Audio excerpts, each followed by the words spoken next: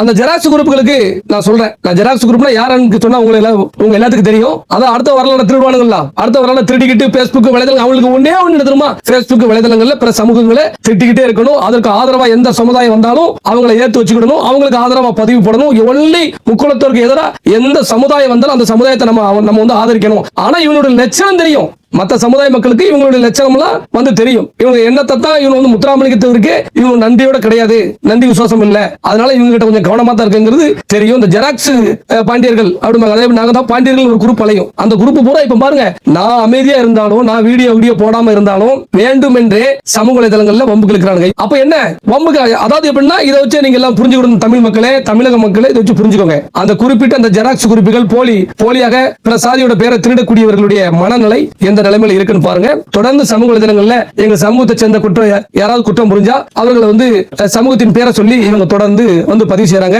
அதை தொடர்ந்து நடந்த சம்பவங்கள் எல்லாம் இந்த சமுதாயத்தை சேர்ந்தவங்க எல்லாம் இருக்கிறாங்க. தற்போது திருச்சியில் நடந்ததெல்லாம் நாங்க அதெல்லாம் போடலையே, ஏன்னா கெட்டாலும் மேன்மக்கள் தான், புரியுதுல? அதனால அனைத்து சமூக மக்களுக்கும் அன்போடு நம்ம இருக்கணும்னு சொல்லிதான் நாங்க